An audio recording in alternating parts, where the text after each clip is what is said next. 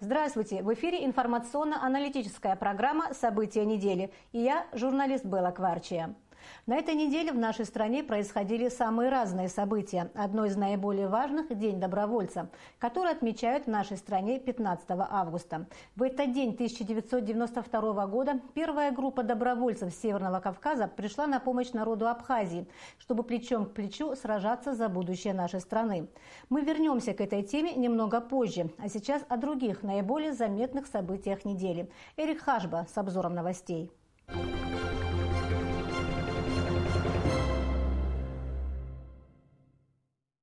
15 августа премьер-министр Абхазии Беслан Барцыц представил коллективу Министерства финансов нового министра. Им стал вице-премьер, курирующий экономический блок Дмитрий Сериков. Дмитрий Сериков сменил на этом посту прежнюю главу ведомства Амру Кваранзе.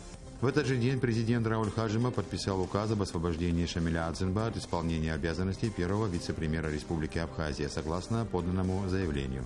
15 августа общественность Сухума простила с видным общественным и политическим деятелем страны Рауфом Эбжноу, чье имя неразрывно связано с национально-освободительным движением народа Абхазии. Гражданская панихида прошла в доме учителя. Сюда пришли президент Рауль Хаджима, члены правительства, депутаты парламента, многочисленные друзья и коллеги Рауфа Эбжноу, представители общественности. Президент Рауль Хаджима провел рабочее совещание о состоянии дел в курортной сфере. На совещании подводились промежуточные итоги деятельности туристических объектов. Глава государства заявил, что данные по количеству людей, приезжающих в нашу страну, а также доходов от туризма сильно занижены. Он также подверг резкой критике условия джипинга на горных трассах страны и подтвердил свое намерение добиваться ужесточения мер наказания за вождение автотранспорта в состоянии алкогольного или наркотического опьянения. На совещании также были подняты вопросы работы таможни, касающихся в том числе перевозок ореха на абхазо-грузинской границе и ряд других вопросов.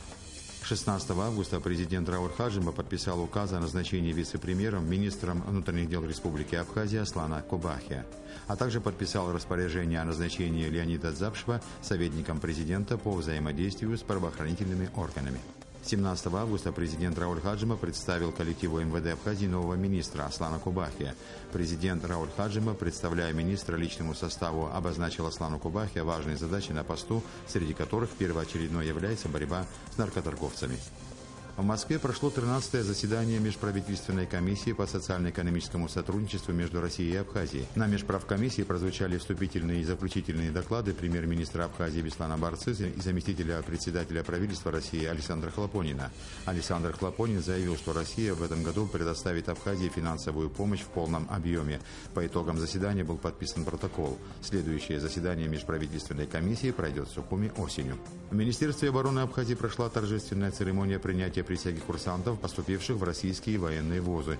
Клятву на верность Родине дали 52 будущих офицера. Представители руководства высшего военного ведомства страны, а также родные и друзья поздравили курсантов и пожелали им успехов в учебе. В Сухуме открылась персональная выставка художницы Дианы Хинба. При поддержке Министерства культуры и охраны историко-культурного наследия в Доме детского творчества «Айнар» были представлены 32 картины молодой художницы, написанные маслом. МИД Абхазии открыла пункт выдачи виз гражданам иностранных государств на КПП ПСО. Таким образом, иностранные граждане, за исключением граждан Российской Федерации, Республики Никарагуа, Республики Тувалу, Приднестровской и Молдавской Республики, Республики Южная Осетия, Республики Беларусь и Республики Казахстан, въезжающие в Республику Абхазия, смогут оформить визу непосредственно при пересечении абхазо-российской государственной границы. С 17 по 25 августа в Которском ущелье пройдет военно-полевой патриотический лагерь «Молодая Абхазия». Его участниками станут более 100 молодых ребят. Организаторами лагеря, как и каждый год, выступает Государственный комитет по молодежной политике. Абхазия и Чечня расширяют границы сотрудничества в области культуры. 17 августа по инициативе Союза писателей в Национальной библиотеке состоялась встреча с народным поэтом Чеченской Республики Умаром Яричевым. Познакомиться с творчеством чеченского поэта пришли представители культуры и творческой интеллигенции Абхазии. Умар Яричев посвятил Абхазии несколько произведений. Он прочитал собравшимся свое новое стихотворение. 17 августа в ходе проведения совместных оперативно-розыскных мероприятий СГБ Абхазии с российскими партнерами освобождена без выкупа Ирина Дочия, похищенная неизвестными лицами 2 июля. В настоящее время СГБ проводит оперативно-розыскные мероприятия по установлению заказчиков и исполнителей данного преступления. 16 августа было объявлено о вознаграждении за достоверную информацию о местонахождении секретаря Политсовета политической партии «Единая Абхазия» Ирины Дочия в размере 1 миллиона рублей. По факту похищения Дочия прокуратура города Сухум возбудила уголовное дело по статье «Похищение человека группой лиц по предварительному сговору». Ход расследования был взят под личный контроль президента. По предварительной информации, Ирину Дочию удерживали в Галском районе. Президент Рауль Хаджима принял исполняющего обязанности министра образования и науки Эдгора Кокоба и делегацию из Северокавказского федерального университета. Речь на встрече шла о проектах, которые министерство планирует осуществить совместно с специалистами российского вуза. В частности, предполагается, что российские ученые примут участие в формировании закона об образовании республики и в ряде других проектов. Президент Рауль Хаджима вручил высокие государственные награды выдающимся деятелям республики. Вручая ордена, президент поблагодарил за достижения в профессиональной деятельности и пожелал дальнейших успехов.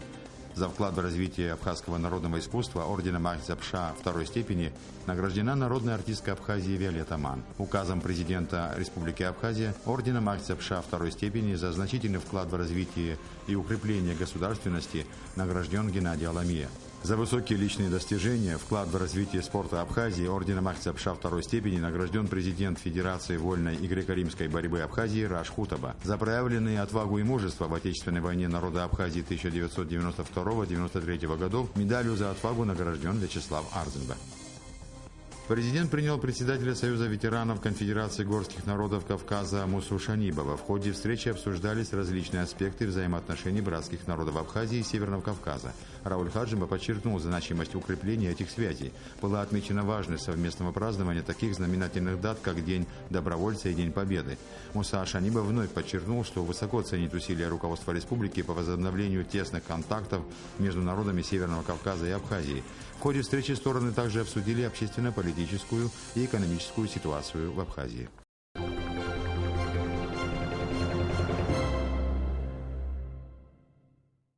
Это были наиболее важные события недели. А сейчас к главной теме нашей программы.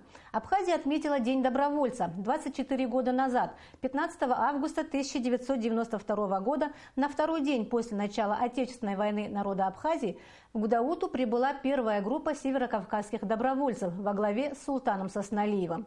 В Отечественной войне приняли участие более 2000 добровольцев, 51 из них удостоен звания Героя Абхазии, 247 награждены орденом Леона, 623 медалью за отвагу, более 260 добровольцев погибли, защищая свободу Апсны. 15 августа в Гудауте прошла церемония возложения цветов к памятнику добровольцев. Почтить память погибших героев-добровольцев пришли президент Рауль Хаджима, премьер-министр Беслан Барцыц, матери погибших, члены правительства, представители общественности, жители Гудауты. Рената Шакая продолжит тему.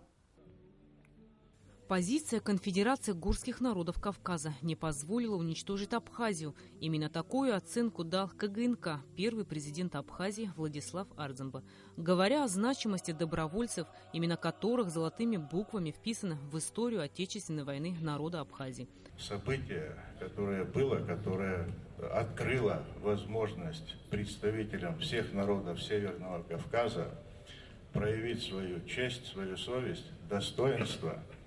Вот продолжение вот этого достоинства я вижу в наше время в Республике Абхазия. Добровольцы знали, куда идут и зачем. Только вместе у нас есть будущее, подчеркнул экс-президент Конфедерации горских народов Кавказа Муса Шанибов, выступая на митинге.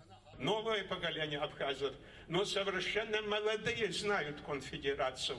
Это великое достоинство. За это я искренне благодарен абхазскому старшему поколению.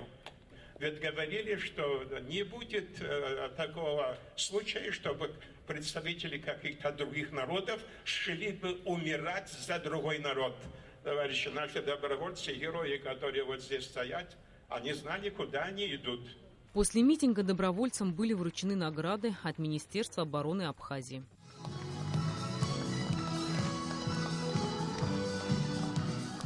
Не забыли добровольцы и своего главнокомандующего. После завершения церемонии в Гудауте они направились в Нижнюю Шеру, к мемориалу Владислава Ардзамба, чтобы возложить цветы и почтить память великого сына абхазского народа.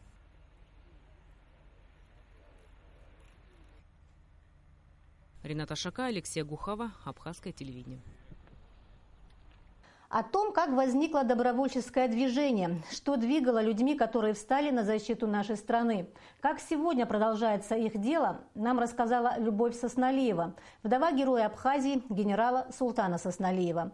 Мне удалось побеседовать с ней накануне. Предлагаю вашему вниманию запись нашей беседы.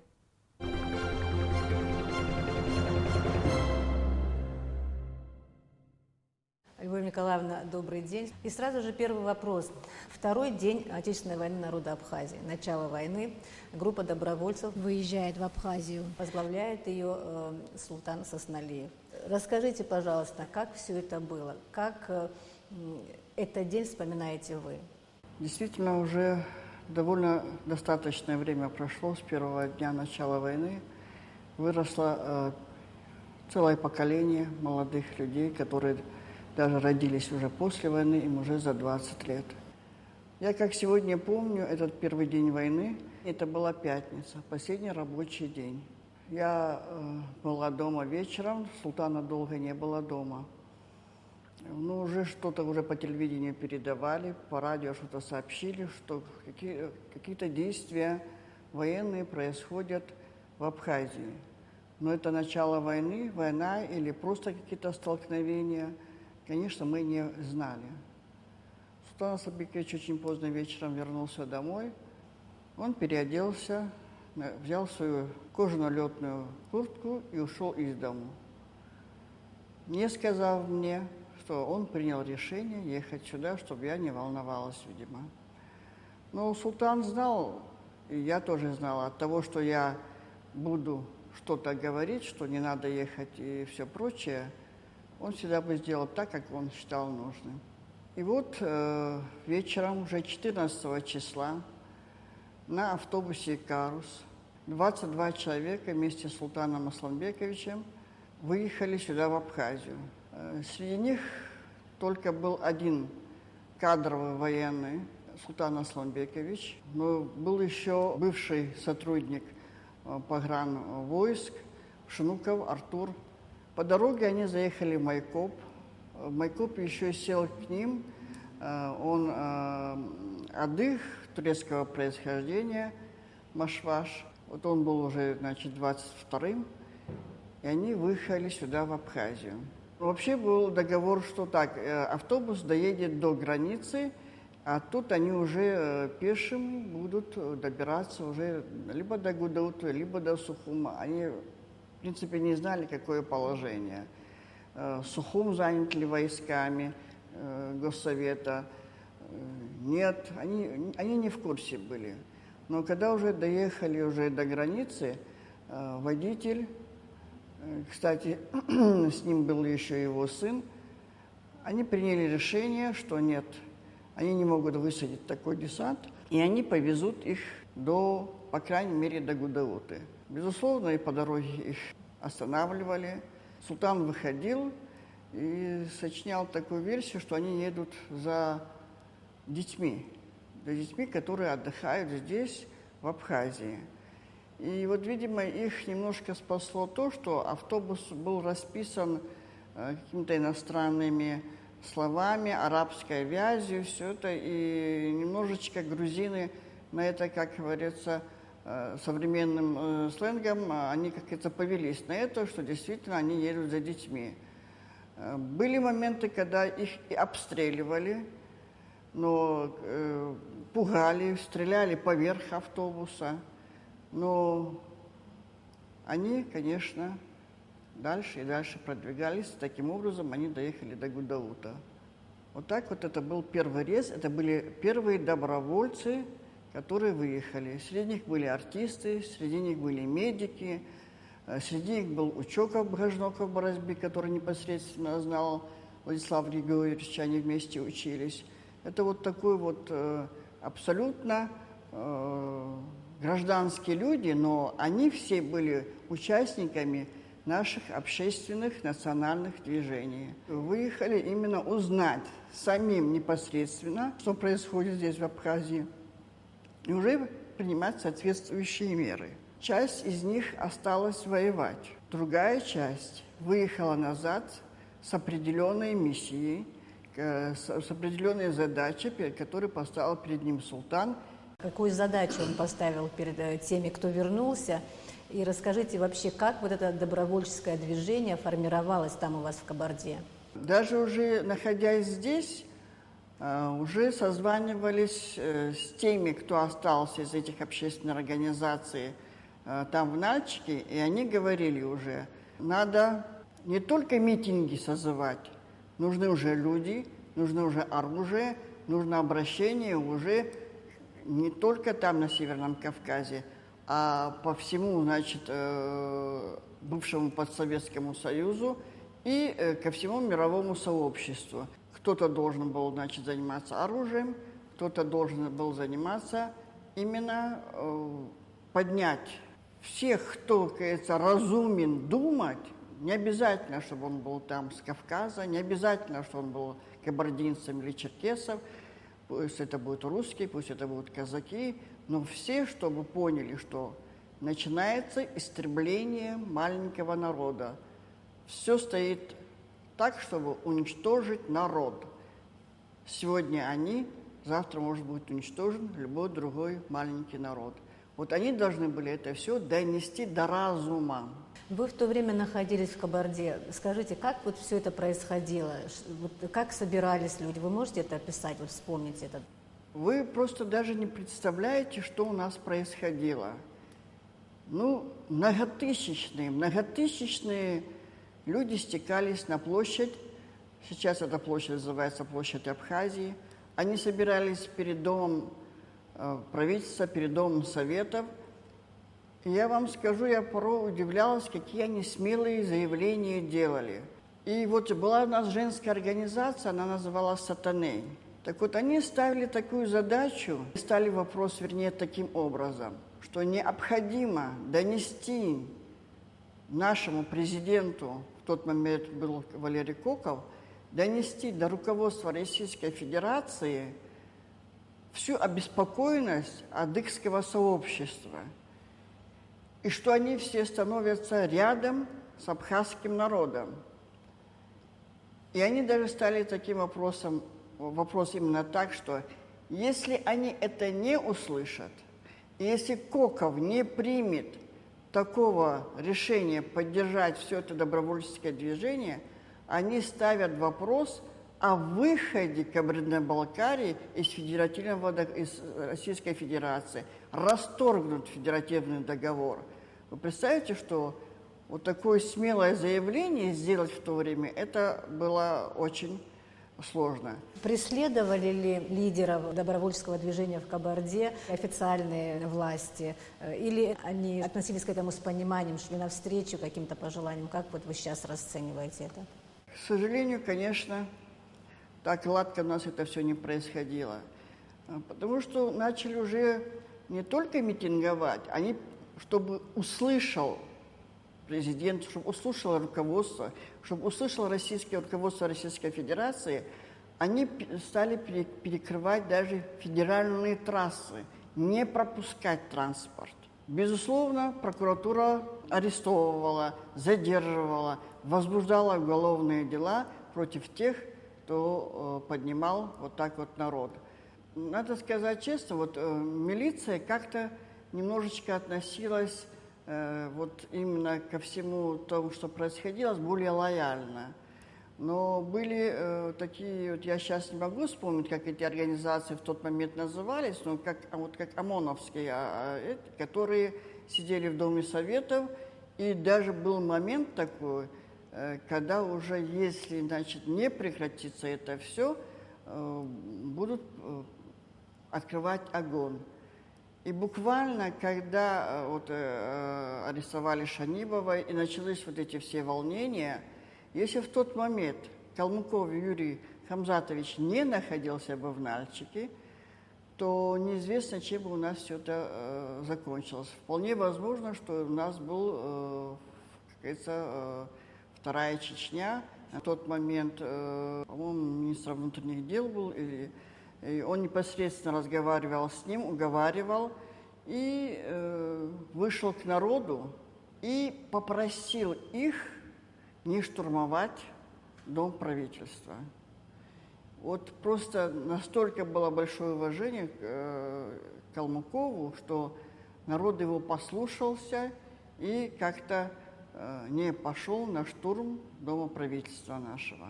Вообще, я хочу сказать, голос Калмыкова на Северном Кавказе и по всей Российской Федерации, к счастью, был услышан. Услышан теми, кто должен был идти вперед и помогать Абхазии, и услышал был Российская Федерация, руководство Российской Федерации, что он донес до них, что с абхазами весь Северный Кавказ становится. И уже, конечно, они уже поняли, что надо как-то уже более осторожно действовать и принять. Они приняли то, что могут потерять Северный Кавказ. Сотни добровольцев переходили границу, шли через перевал, пытаясь помочь Абхазии. Вот по прошествии столького времени, как вот вы оцениваете, какие это были люди? Понимаете, это добровольческое движение, оно настолько было спонтанно, что когда узнавали ребята, что кто-то из их села поехал, и это самое, он говорит, ну как же, он мой друг, я его должен поддержать. Призывов, лозунги, чтобы это, давайте, вперед, не было. Это был какой-то зов души, зов крови. Ну, видимо, они были воспитаны так, что, коль кого-то обижает, пусть это на войне, пусть это на улице, пусть это сосед. Видимо, эти все люди были воспитаны так, что нельзя незаслуженно обижать просто, а не то, что убивать. Многие были здесь, знаете, был большой фестиваль перед войной, и вот это молодежное движение пошло вперед. Они очень многие подружились здесь, со многими уже общались здесь. Наша молодежная организация, ваша молодежная организация, и они вот это здесь, даже после, это же все-таки было летом, видимо, они приехали с какой-то миссией, и многие кабардинцы находились здесь. Вот, например, Битоков Аслан находился, я знаю, здесь, когда началась война. И вот так вот многие кабардинцы, которые находились здесь, они сразу тоже влились в это движение. Это был признак того времени, вот вы говорите, воспитание. Все-таки советские люди воспитывались в каком-то другом духе взаимопонимания, там, взаимоподдержки, да, не обижая слабого. Это уникальное движение добровольческое, потому что действительно в мировой практике таких примеров не так много. Ну, возможно, только вот война в Испании. Вы можете какие-то параллели провести вот с этим? Абхазия, начало войны совпало с тем, развал Советского Союза, хаос в России какой-то. И был очень сильный подъем именно политического, общественного, национального именно движения у нас на Кавказе. Когда Союз распался, люди поняли, что они смогут возродить все свое национальное, самобытное. И вот это уже где-то 2-3 года это уже было. И, видимо, под влиянием всего вот этого движение добровольческое пошло вперед. И вы действительно правильно говорите.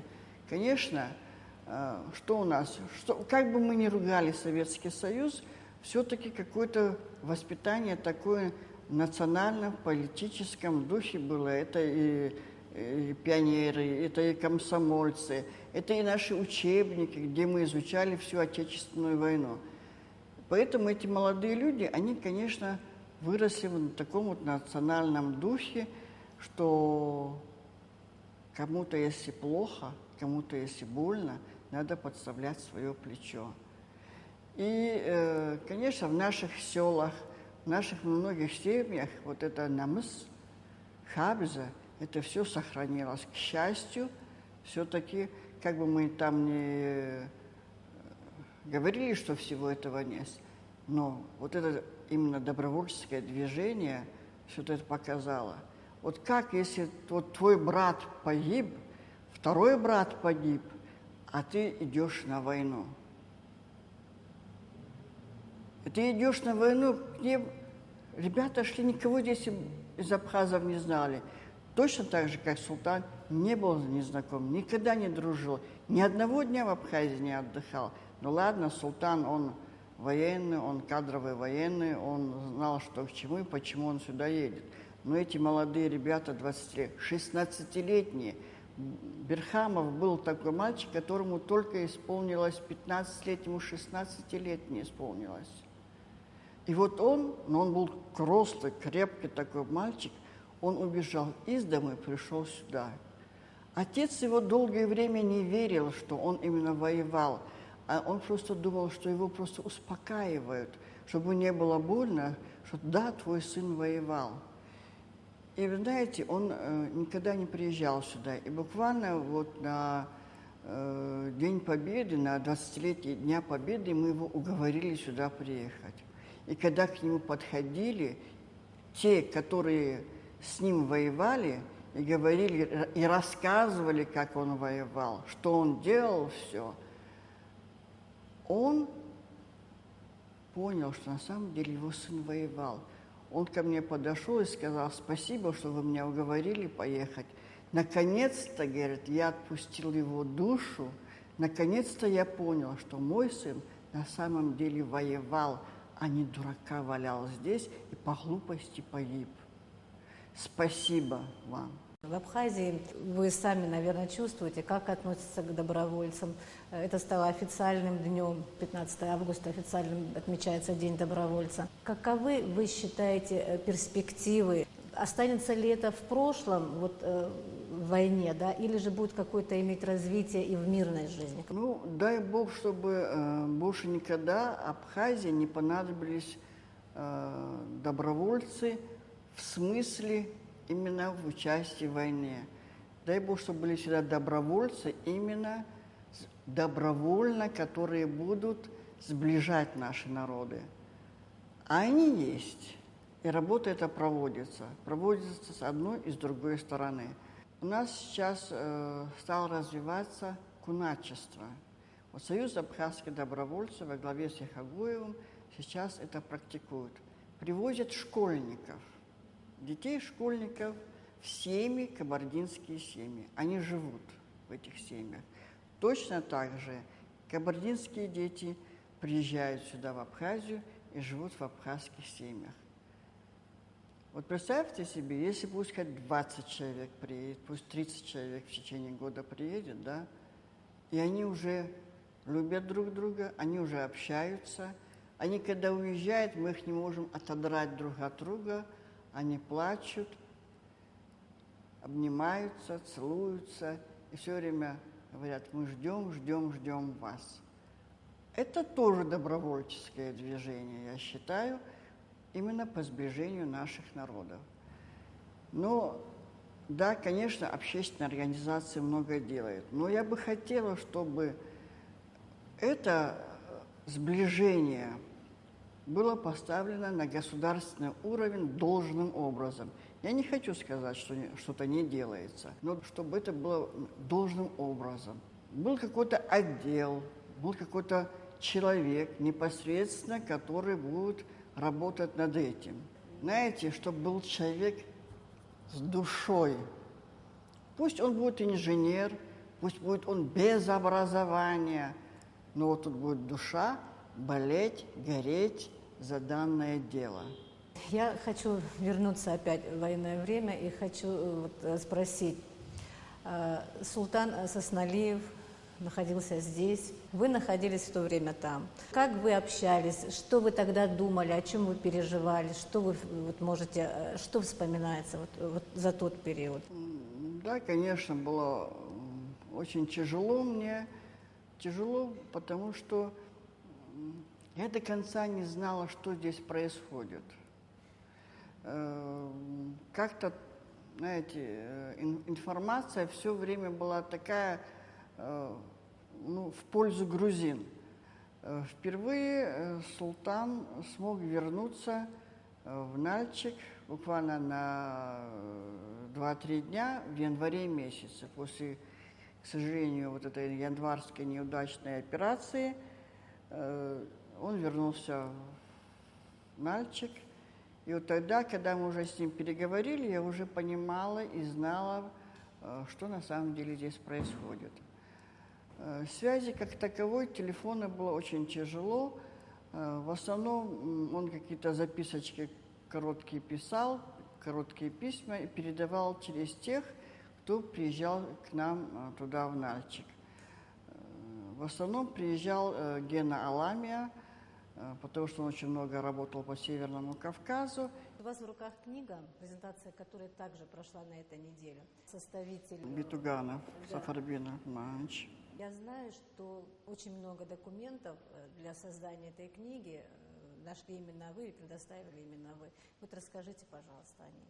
Султан очень много интересовался историей. Историей он интересовался, видимо, с детства. Может быть, вот это глубокое изучение своих корней, истории адыгов повлияло как-то на его решение ехать сюда, в Абхазию. В апреле месяце 1992 года, перед началом войны, было обращение Владислава Григорьевича к нашим общественным организациям, чтобы они, если есть кадровые военные, кто-то приехал и как-то проконсультировал наших абхазских военных и Владислава, потому что чувствовал, что идет приготовление войны. И когда Султан прибыл сюда в апреле месяце, он поехал на Ингури, и оттуда, безусловно, он видел, что делается на той стороне Ингури, смотрел в бинокль, все это, и когда он вернулся, он тогда сказал, что начнется война. Но в 1996 году, когда он вернулся, он начал работать много в архивах. Он много очень читал. У нас вся квартира была завалена именно историческими книгами об истории, написанными учеными, не просто каким-то хабар какой-то, а именно... И вот один из них был Бейтуганов Сафарбин Ахманович. Он доктор исторических наук, профессор, возглавлял исторический архив в Кабардино-Балкарии. И он начал писать и искать материалы о своей родословной. Султан сам происхождением из княжеских фамилий. Мать у него Анзорова, она дворянка высшего сословия. Как вы знаете, дворянство тоже делится на сословия. И вот он стал изучать свою родословную и матери, и родословную отца. И у нас очень много осталось архивных документов после его смерти. Я уже понимала, что Султан уже как-то все-таки вошел в историю. Я понимала, что он не просто мой супруг, он внесен в энциклопедию, авиационную энциклопедию Российской Федерации. Он заслуженный военный летчик Советского Союза. Он командовал авиационными полками, переоснастил полностью 524-й авиационный полк на авиационные истребительные самолеты МиГ-25. Награжден боевой наградой, причем не воевал ни в какой горячей точке. Когда с него спрашивал орден Красного Знамени, не просто же награждают людей, он говорил, значит, было за что. Это был, видимо, засекреченный материал. Так вот я точно на самом деле и не знаю, за что. Просто догадываемся. И весь этот материал остался после его жизни, после его ухода из жизни. Я долго смотрела на него, это, знаете, вот как будто какое-то мне вот завещание оставил и ушел. Я все время, ругая его, перекладывала эту коробку то туда, то сюда. Думала, ну что-то вот это, что мне с этим делать? Я же не историк, в конце концов. Вот ты начал писать, ты списал 2 тетрадки и ушел. Я не могу их выбросить, потому что это его труд, Это материалы о его роде, материалы о роде Анзоровых. Это по отцовской, по материнской линии, многие фамилии, известнейшие фамилии по Кабарде. Ну, тут я решила, значит, с кем-то из историков договориться, отдать эти все материалы, чтобы издали книгу. И вот я договорилась с Сафарби Битугановым, и мы 4 года работали над этой книгой. Я хотела просто закончить род Сасналиевых, это то поколение, далеко до султана закончить на этим.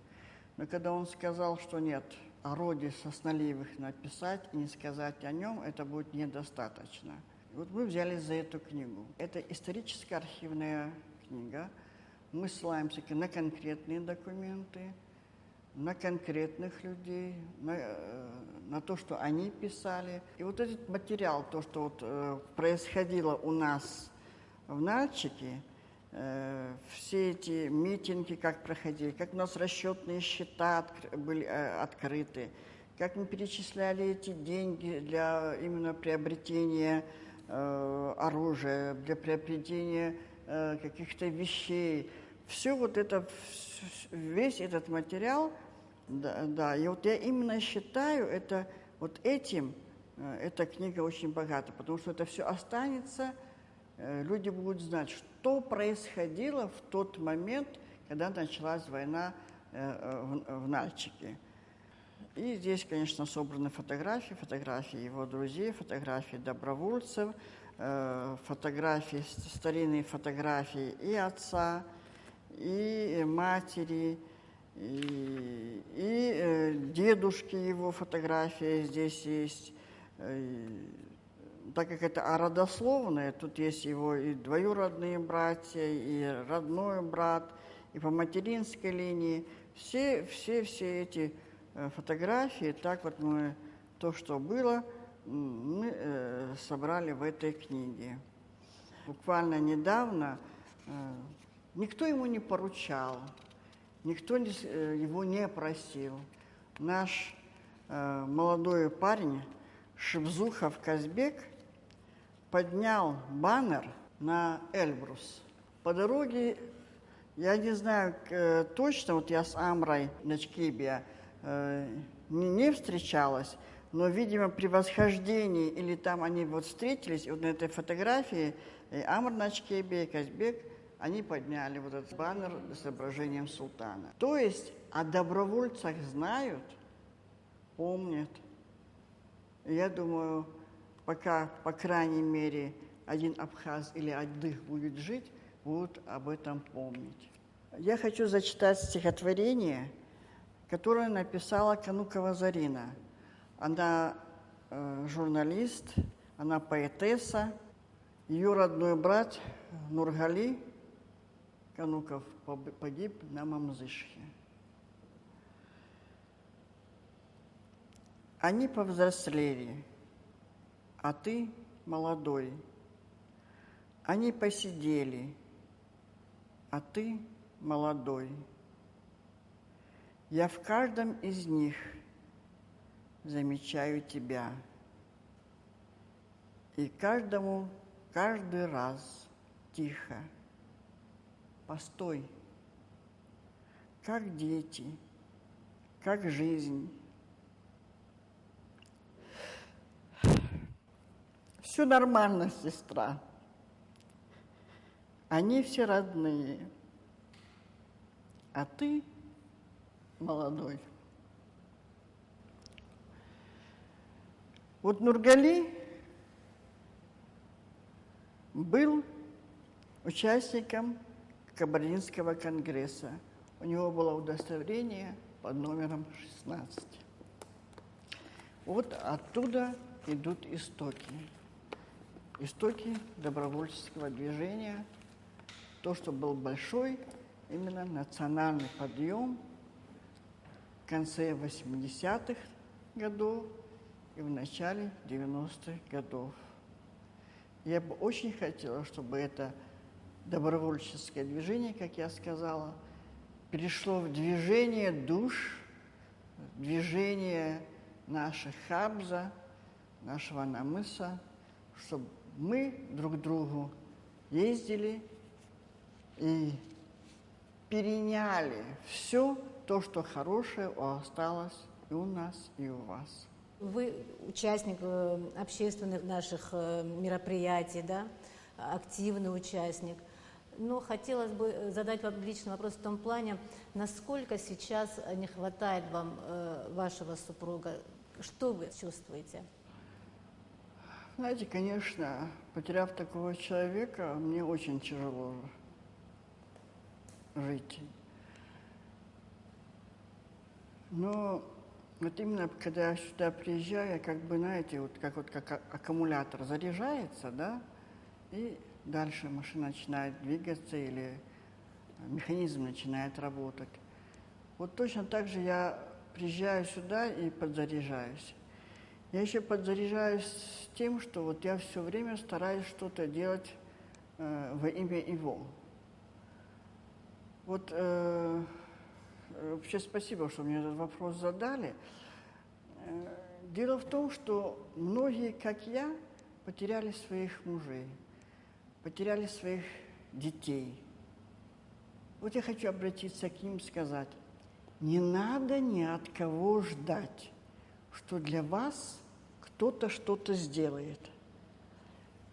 То, что вы как мать, вы как сестра, вы как жена сделаете для тех, кто ушел из этой жизни, никто не сделает.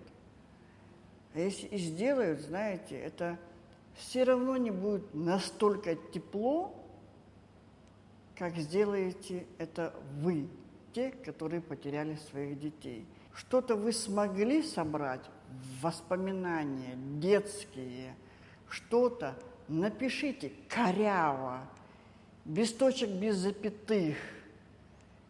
Напишите и отдавайте тем, кто может это все красиво оформить. Вот первую книгу, которую мы писали с Геной Аламия, вот точно так я собирала.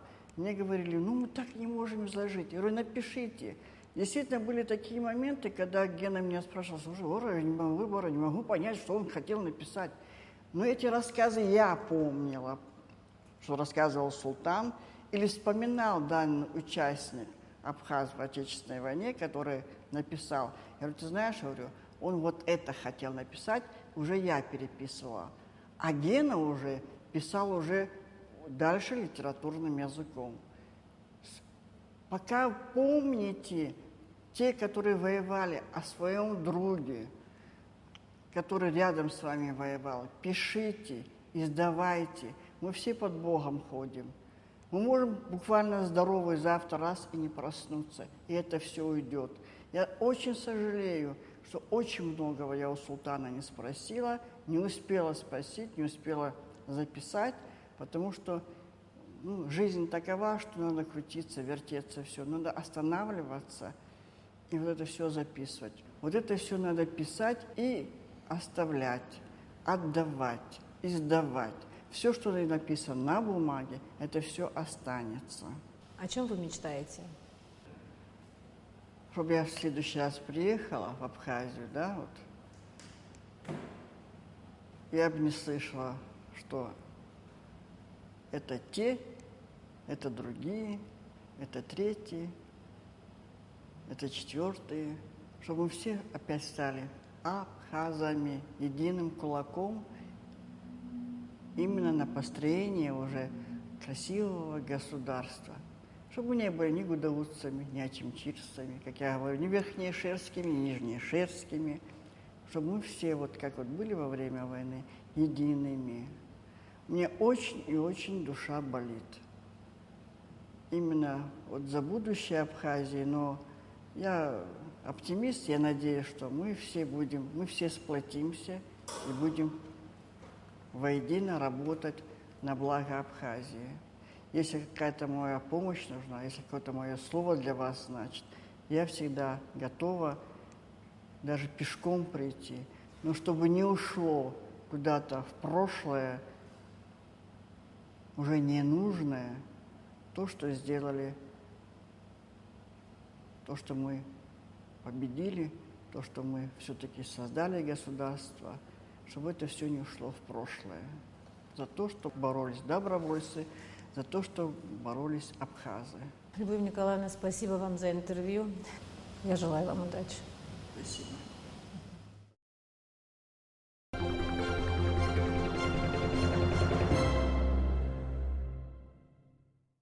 Своей оценкой роли добровольческого движения и личными воспоминаниями о том времени поделилась Любовь Сосналиева, вдова героя Абхазии генерала Султана Сосналиева. А теперь о событиях субботы, 20 июня.